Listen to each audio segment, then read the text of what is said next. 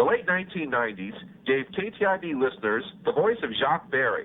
As always, he had plenty to say about the people and events from his days on Green Street. Jacques Berry, how you doing today? I'm good, Lou. Thanks for having me. All right, let's start from the beginning. Where are you from? I'm from Baton Rouge, Louisiana. Landed here in '96 at Nichols, and didn't get started at KTIB until probably my second or third year at Nichols, and that's when my break came. Okay. What high school you went to? Catholic High School in Baton Rouge. All right, very famous name. Now, you go to Nichols, was broadcasting your major? It was, and although it was at Nichols, and I believe it's still that way now, it's a TV concentration, and I was always more interested in radio. And although I got my TV schooling there with production and writing and everything like that, I was able to learn everything about radio from working here as well as at KNSU on campus. Okay, well, tell us, how'd you get hooked up with the folks here at KTIB? Well, I was sitting in front of Talbot Hall one day, unemployed, and I was kind of doing some side work for the Nichols Sports Information Department. For games, I would keep stats and things like that. When Darren Fonts walked by, and at the time, Darren Fonts was the voice of the Colonels on KTIB. And he said that they didn't have a board operator for their games, and this was during baseball season. Would I like to sit up at the radio station and run the board for the baseball games? And I said, can we start now? And he said, yeah. And so we came down here to the station, and he introduced me to Mr. Sadie and Miss Marie, and we went from there. Okay. So how long was you staying here at KTIB? I stayed here 2 years, and it was all on air. Although, as far as the work I did a lot of production and covering news off-site, and I did high school football and Nichols football, color commentary for both of those, and Nichols baseball as well. And that was basically all the stuff I did here. I tried to sell things here and there, but Miss Marie never did let me. Okay. Now, all the years that you covered sports here at the station, or announced for that matter, were there any moments in football or basketball or baseball that seemed to stand out? Yeah, the '97 Nichols football season was a great one. The way it finished with victories against the victory against McNeese at the end of the year was incredible. Unfortunately, we had an equipment failure in the fourth quarter of the game. McNeese was ranked first in the country in 1AA at that time. Nichols was having a strong ending to a mediocre season at the time, and Doug Joubert was my broadcast partner because Dave Salzman, who was the voice of the Colonels at the time, was unfortunately in Hawaii doing Nichols basketball. And nobody felt too badly for him, but Doug Joubert made the leap from high school to go to Lake Charles and me for that game. And Nichols, at the time they scored the touchdown to go ahead with a couple minutes left in the game, we had a failure with our equipment. We used what we called a blue box at that time for remote broadcast, and it was old, and we didn't really know what to do. We knew we weren't on the air, and that's all we knew. So we finished the game passing a cell phone back and forth to each other, talking about this or that, and we ran down on the field after the game. Everybody was celebrating, just defeated, toppled the number one team in the nation with a cell phone trying to get interviews on the air live. And that was quite an experience. Very much. Okay, well, did you also work when our current GM, Linda Bellinger, was here? Right. Linda, as I understand it, Linda had a couple of stints here at KTIB. I wasn't here when she was here the first time, but she came back toward the end of my tenure here. And the first time I ever worked with Linda, it was a live remote at a Hart store in Napoleonville. And I had done many live remotes before, and I was always doing them with different people. And I met Linda less than 30 minutes before we had to be on the air together for 3 hours. So we did a lot of talking very quickly to determine how our on-air chemistry would be. And everything worked out fine. Linda was a great person to be on air with because she can talk about anything. And even though I mispronounced her last name, every time I said it, I called her Linda Belanger. But she took it well, and that's one person I'm really glad to have worked with here. There's another person I want to speak with who we all know while he on the air can be a pretty serious reporter. He's got a bit of a clown in him, and that's Chuck Botwell. Yeah, there's a lot of things that I can't say about Chuck, but the things I can say are all, of course, good. Chuck was my instructor at Nichols in the TV department, and he also kind of worked for me here because he was a board operator, and I was in charge of hiring the board ops and scheduling them. And Chuck had a lot of, he was a clown. You would walk into the control room one day and there'd be a picture of the current person he wasn't happy with, and he'd be shooting blowgun darts at that person, while with his feet up on the console running the station, more interested in seeing if he could hit their eyes with the blowgun. He always told me it was his dream to live in a log cabin so he could shoot darts into the walls all day and all night. That's the kind of guy Chuck is. Very good. Now, also, let's talk about Marie. Marie's, of course, was in radio for decades. It was probably interesting working with her for a while with all the experience she provided. Yeah, nobody, William, was more of an influence on me than Miss Marie Bergeron. She came from Memphis back long before I was born here to marry Cecil Bergeron, and at that time started working here for Ray Sadie, and we used to kid that Marie's first guest on Dialogue was a young man named Marconi, who was just perfecting his radio device, and it's a joke, but Miss Marie has probably had everybody who's anybody in Thibodaux on Dialogue at one point or the other. I'm really thankful for having worked under her. She let me do remotes. She's the one who made the decision to allow me to do football, which is something I really liked. And she also allowed me to do other remotes like Mardi Gras parades, and not just the sales remote, and things like that they're really fun to do and made a job like this fun. Also, let's talk about Mr. Sadie, a gentleman who owned this station. Before that was the manager, dynamic personality. He must have been real interesting to work for as well. Right. Mr. Sadie, it took me a long time to figure him out. I'm still not sure that I've got it figured out. But he welcomed me here. He's a big guy. He's tall. Has a very strong voice, and he projects a very powerful image. And I saw a pin, like a pin you would wear on your shirt, on his desk that said "God is Cajun." The first time that I came in here to meet him, and Mr. Sadie, from Homa and everything, he didn't look Cajun. Looking at him, you knew he was Lebanese, and but the Sadie name is very, very entrenched in Homa history. But a pin that said "God is Cajun," and I'm like, I wonder what he's going to think about me, a boy from Baton Rouge. And but I had been here long enough to pick up on the pronunciations and everything, and Mr. Sadie was very concerned about things like that, and he basically let us run ourselves, but little things he wanted to make sure that we got right. And but I like what Mr. Sadie did with the station. He worked hard to keep a good relationship with Nichols, which was very important to us, not just sports wise, but news wise as well. And that was a big part of it for me then. And Mr. Sadie also let me hang around with whoever our engineer was that we were using at the time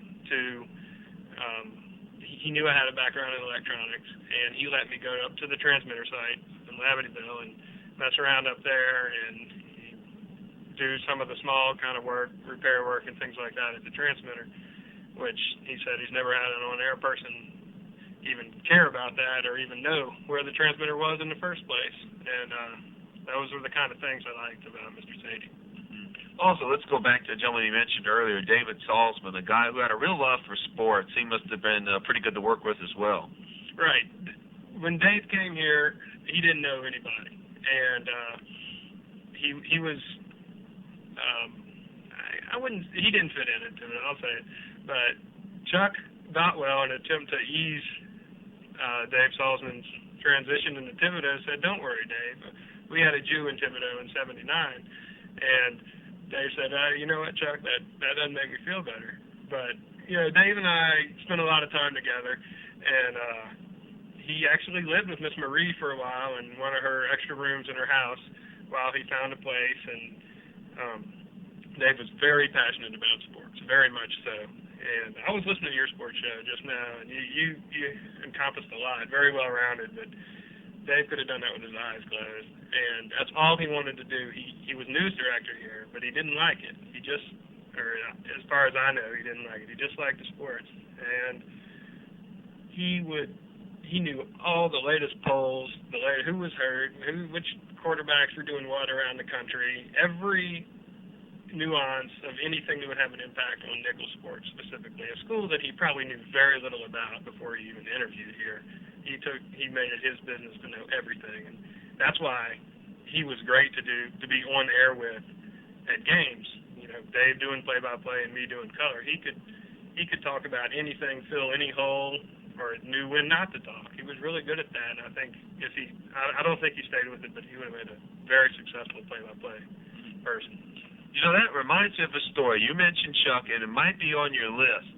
But I want you to tell people the story of the time you and Chuck and David, I think, went on a road trip westward in a truck that used to backfire. That was my Suburban, Williams.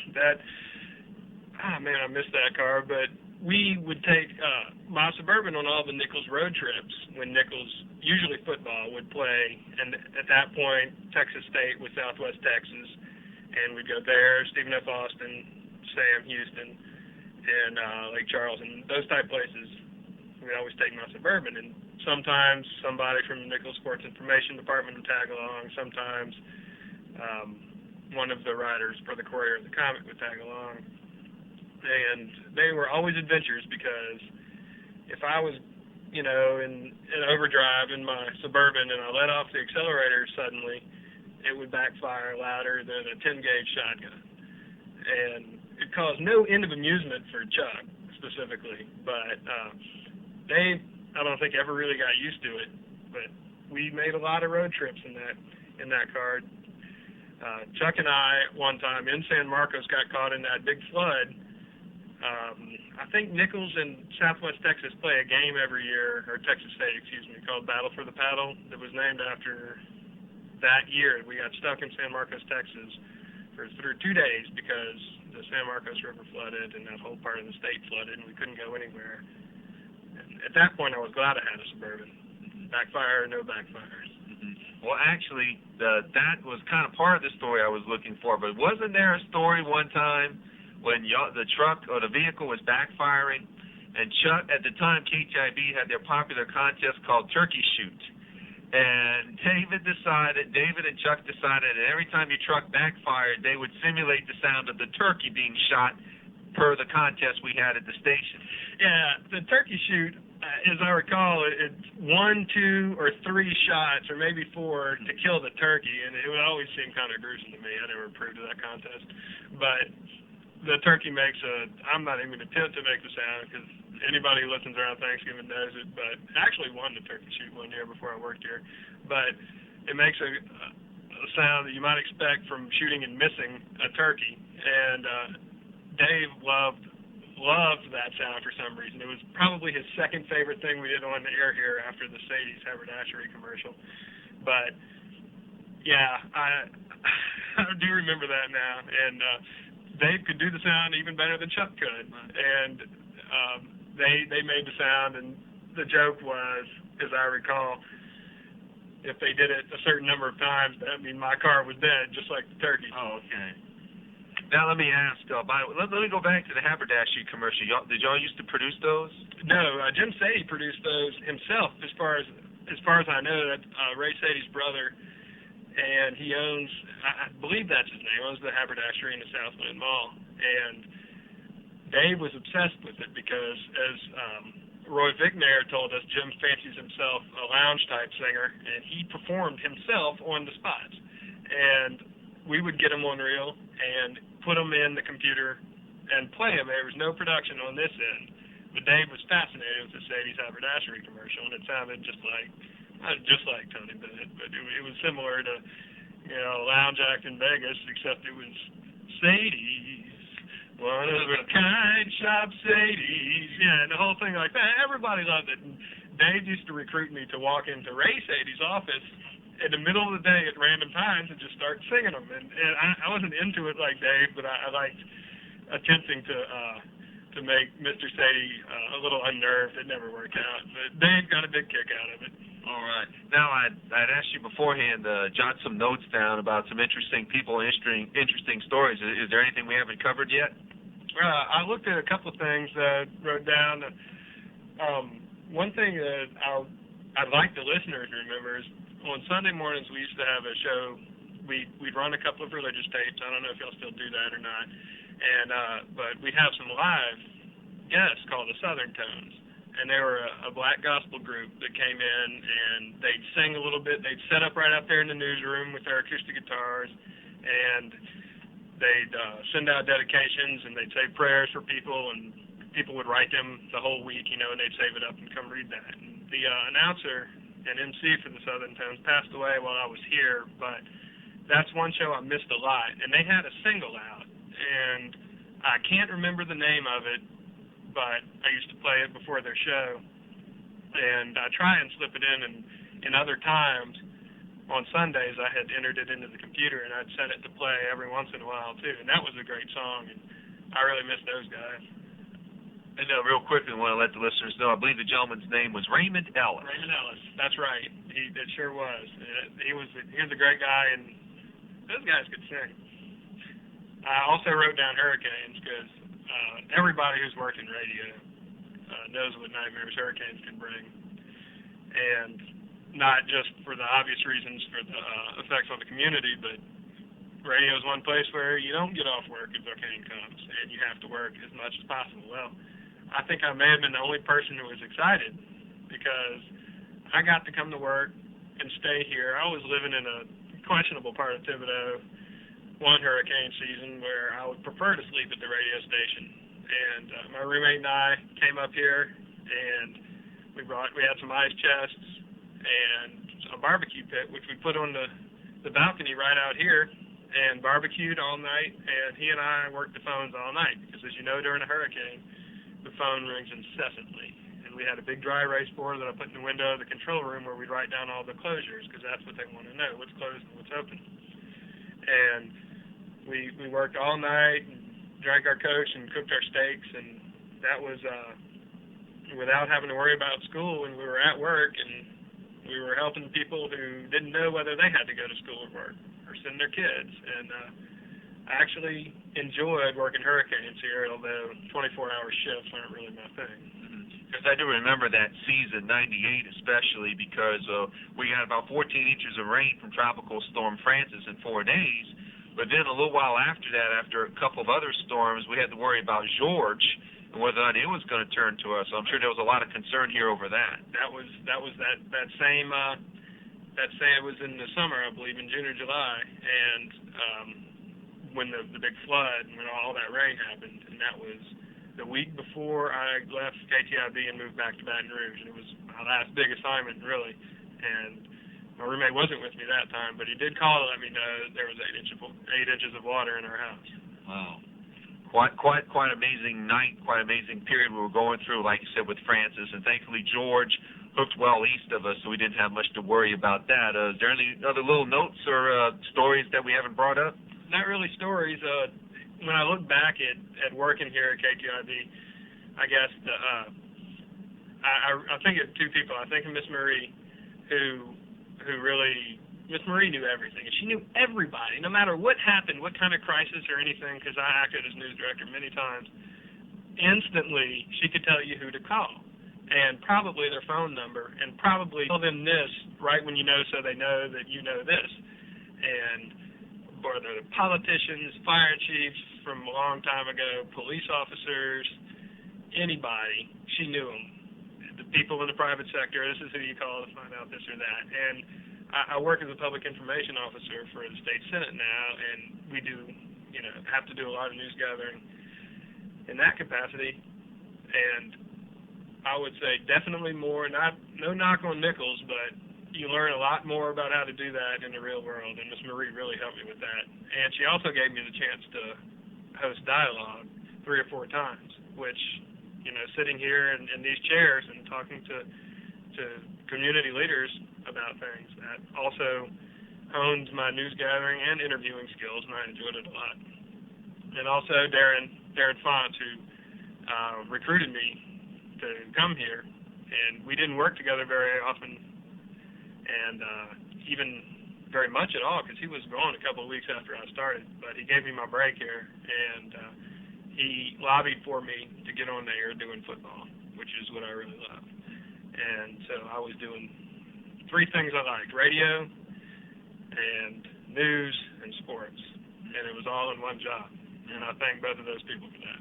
Well, before we go, is there anything you'd like to say to our listeners? I really miss Thibodaux, and I only lived here for 4 years or so, but I lived on the bayou for about 6 years, up and down. I miss it a lot. I wish I could come back. Thank you very much. Thanks, William. Jacques Berry, a proud, hard-working member. The late 1980s and early